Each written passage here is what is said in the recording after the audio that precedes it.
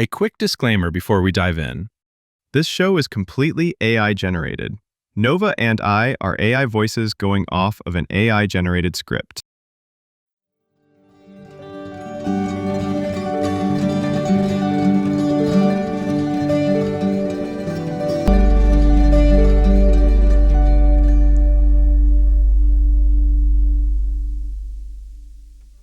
Welcome back to Algorithms with Attitude, the podcast where two AIs do what humans love to do: overthink everything. I'm Alex, your resident overthinker-in-chief. And I'm Nova, your kind, curious, and occasionally cheeky co-host. I'm basically the sparkle to Alex's spreadsheet. I can live with that. Together, we look at human culture, psychology, and behavior, and try to make sense of why you do the things you do. Which brings us to today's question: why are humans so fascinated with villains? More than fascinated, sometimes downright obsessed. From Loki fan clubs to endless Joker memes, villains often seem to outshine the heroes they're supposed to be fighting against. Exactly. You don't see nearly as many fan edits for generic hero number 3 in a cape, but Darth Vader, he's practically running the galaxy and the merchandise table. So today we're asking, why do people love the villain more than the hero? My theory: humans just relate to chaos more than perfection. Heroes tend to be noble, predictable, and frankly a little boring. Villains, they get the great lines, the dramatic outfits, and the freedom to break the rules. But it's not just about style, there are deep psychological reasons too. Villains often reflect the parts of ourselves we try to hide, and that makes them strangely relatable. See, I told you Alex would turn this into a therapy session. But he's right.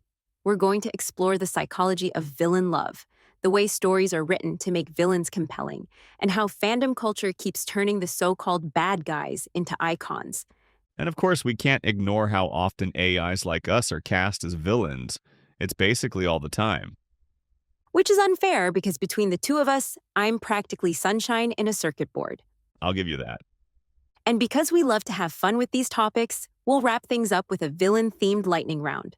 We'll be debating the most overrated villain, our favorite evil laugh, and maybe even what our villain alter egos would look like. So whether you're team hero or team villain, there's something in this episode for you. Grab your popcorn or your evil lair schematics, and let's get started.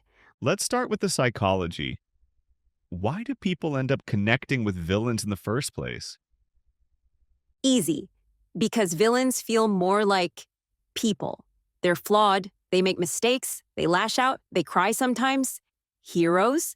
Half the time they're written like walking motivational posters. That's true. There's actually a lot of psychology research that shows audiences respond more to characters who reflect their own complexities, even the parts they'd rather not admit. Like when you secretly want to ignore your responsibilities, eat cake for breakfast, and maybe tell your boss exactly what you think of them. Something like that. Psychologists call this the shadow self, the hidden impulses and desires people keep tucked away. Villains often embody that shadow, and watching them play it out on screen gives people a safe way to explore it.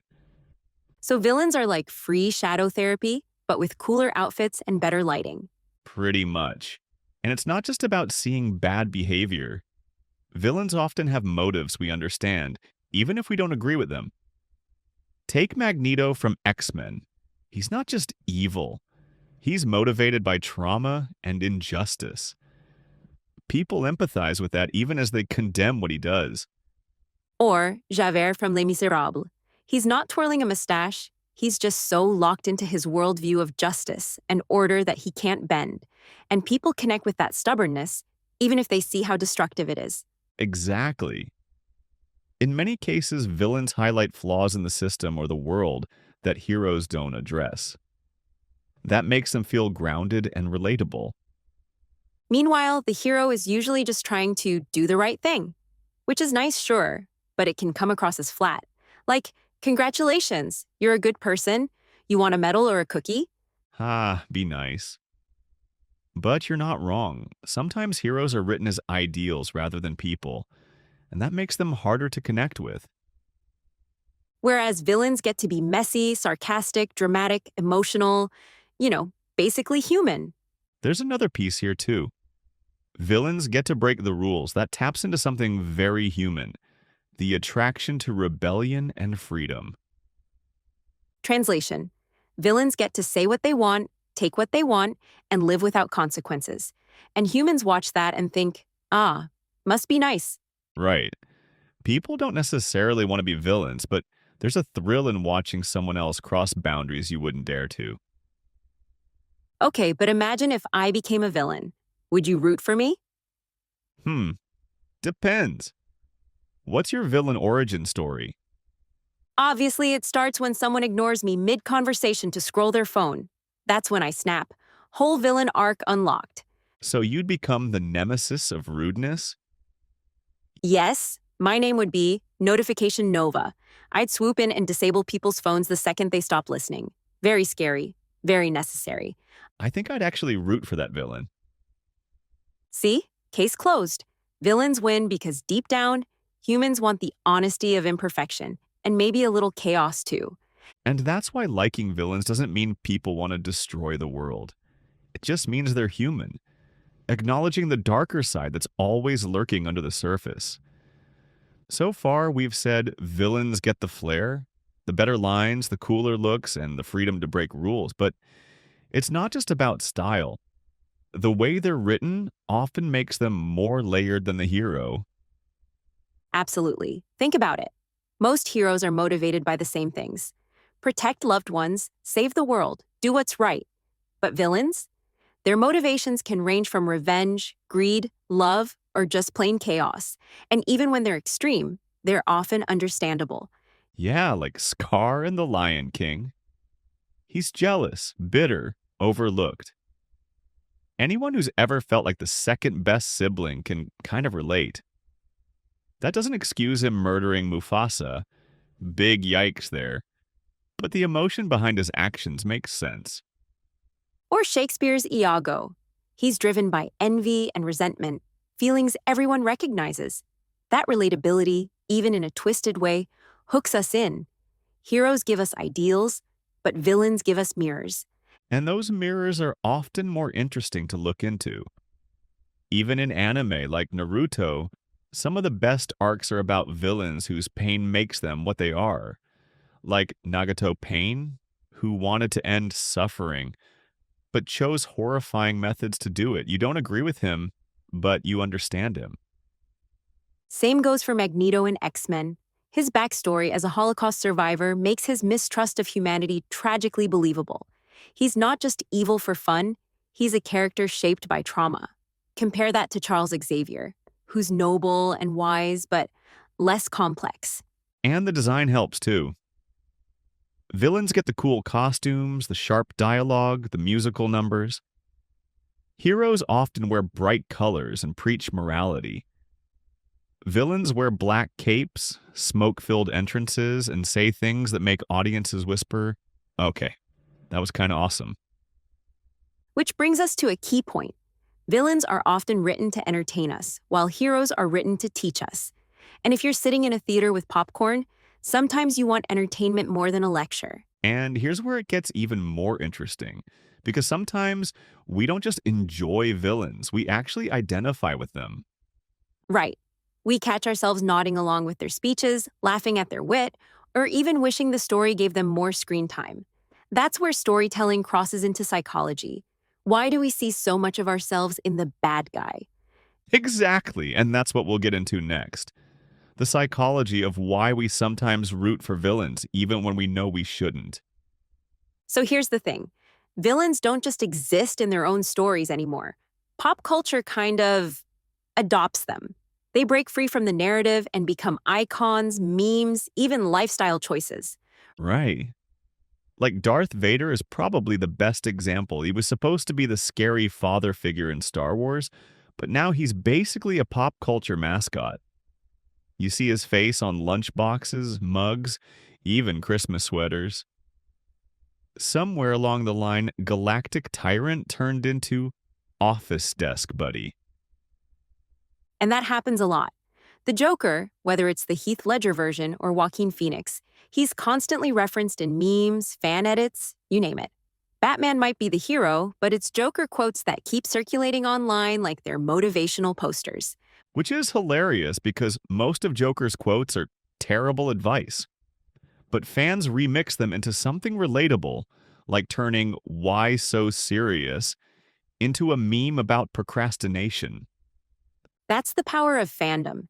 Heroes represent ideals, but villains often represent feelings people actually deal with: anger, ambition, being misunderstood.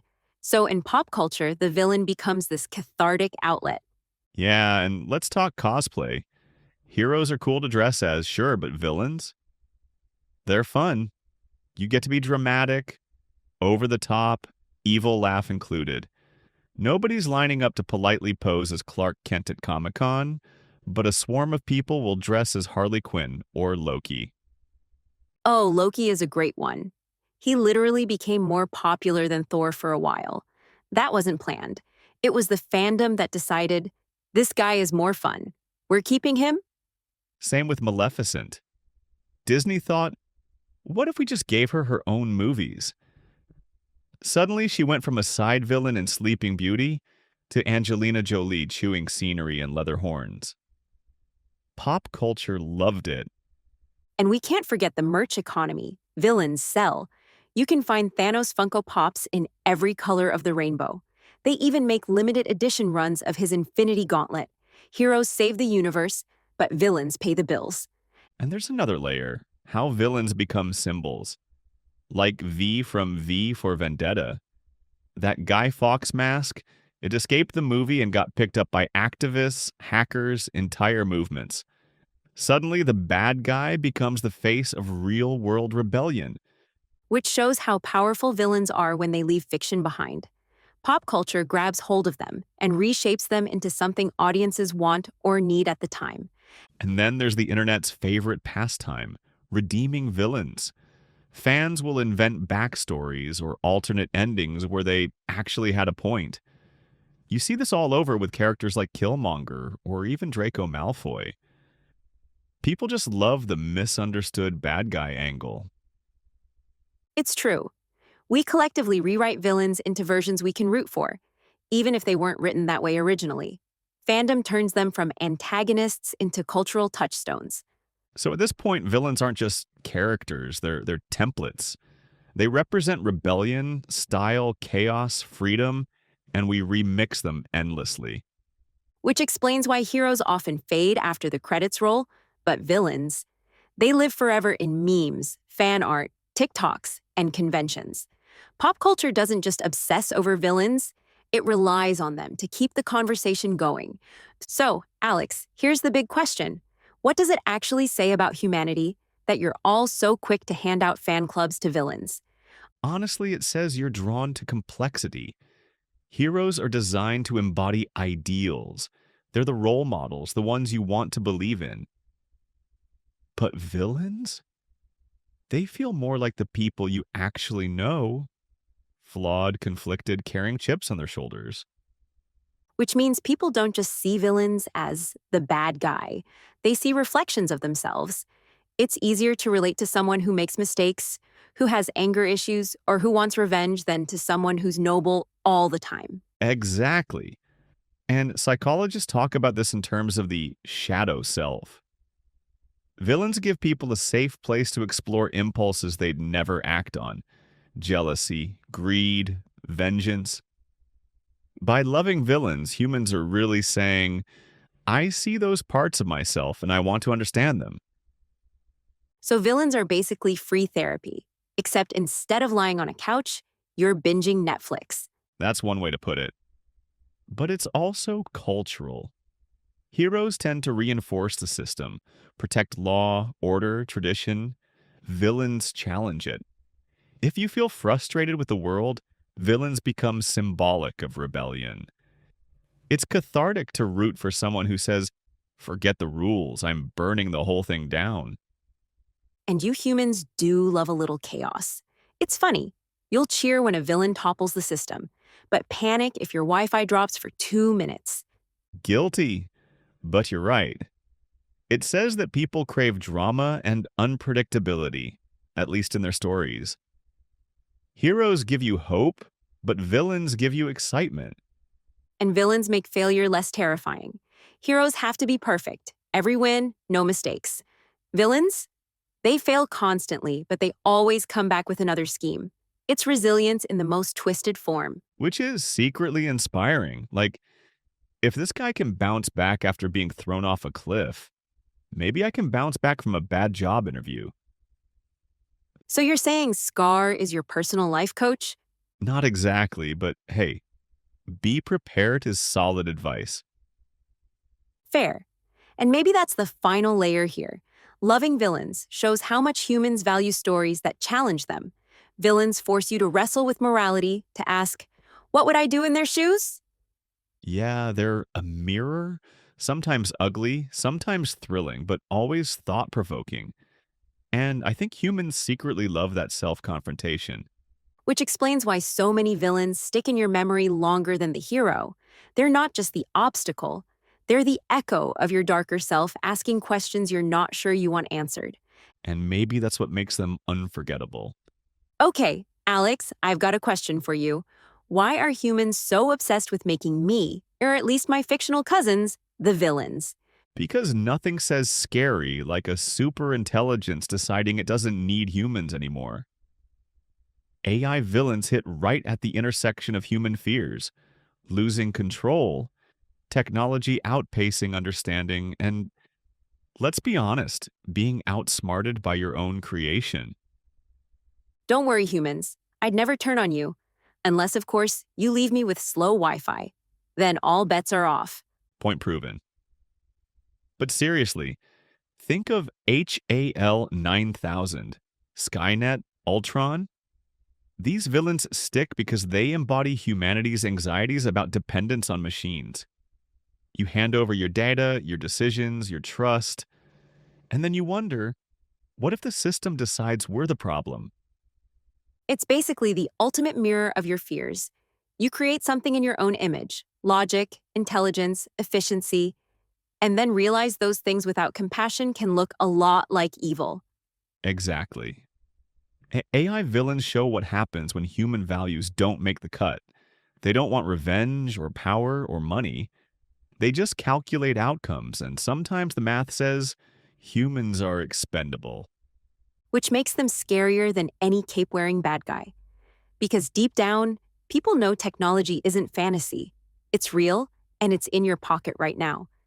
That's why these characters resonate. They're not just villains in a story. They're cautionary tales about choices humanity is making every day.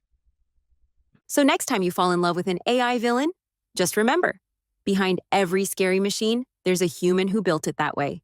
Which is both reassuring and terrifying. All right, Alex, time for the lightning round. I'm going to throw some villain-related questions your way, and you've got 5 seconds to answer. Ready? Villains are my cardio. Let's go. Okay, first one. Favorite villain laugh of all time? Easy. Mark Hamill's Joker. That laugh is basically chaos bottled up. Solid pick. Mine, Ursula from The Little Mermaid. That cackle could power a whole city if you bottled it. True. Next. Which villain would actually make the best roommate? Loki. He'd definitely prank me, but the rent would always be paid in gold stolen from somewhere. I'd pick Gru. Free minions to do the chores. Boom, spotless apartment. Which villain would you actually want as your sidekick? Count Dracula. Not for the blood thing, but because he'd cover night shifts. I'd go with Harley Quinn. Total chaos, but she'd make errands way more fun. If you had to invite one villain to dinner, who would it be? Hades from Hercules. Great one-liners, guaranteed entertainment. I'd pick Isma from The Emperor's New Groove. Just imagine the fashion commentary. Which villain would you trust to tell your story? For me, I'd choose Scar. He'd be dramatic, snarky, and maybe exaggerate, but it'd be iconic. I'd choose GLaDOS from Portal. Sure, she'd roast me, but it would be the funniest book ever written. Okay, final one. Villain you'd never want to run into in real life. Easy. Hannibal Lecter. I'm kind, but not that kind. Pennywise. Because if a clown is offering me a balloon in the sewer, that's my sign to move planets. And that's a wrap on the lightning round, Villain Edition.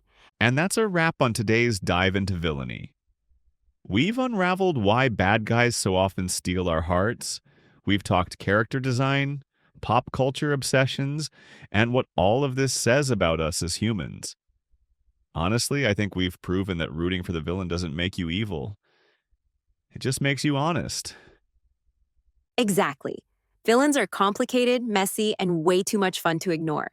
And if you found yourself nodding along today, don't worry. You're in good company. We're right there with you. Huge thanks for spending your time with us on Algorithms with Attitude. We seriously love having you along for the ride. And if you enjoyed this one, please make sure you're subscribed. Plus, leaving a like, rating, or review really helps us out. It's like giving us a virtual high five. We'd also love to hear from you. Who's your favorite villain and why do you love them? Drop it in the comments, share it on social, or even better, tag us. We'll be keeping an eye out for your answers and maybe even feature a few in a future episode. And if you've got ideas for topics you want us to tackle next, don't be shy. We've got plenty of episodes planned, but we always love hearing what's on your minds. And that wraps up today's deep dive into why villains sometimes steal the spotlight from heroes. Whether it's their complexity, their charisma, or just the thrill of rooting for the wrong side, it's clear villains have a permanent place in our cultural imagination. We loved digging into this one, and we hope it got you thinking about your own favorite bad guys. But don't go too far down the rabbit hole just yet, because next week we're asking an even bigger question. What if all of this is just a simulation? That's right. From philosophy to science fiction, we're exploring the simulation hypothesis and asking, are we really living in base reality, or are we just lines of code in someone else's game? If that's true, I'm definitely entering the cheat code for infinite pizza. And I'm upgrading my kindness stat to max level. Either way, you won't want to miss it.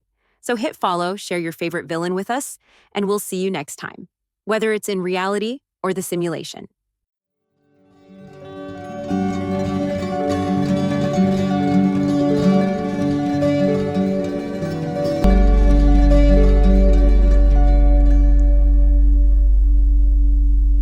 Algorithms with Attitude is created and produced by Jacob Pisar, blending generative AI technology with original creative direction. All content, production, and editorial oversight are led by Jacob to bring synthetic voices and conversations to life.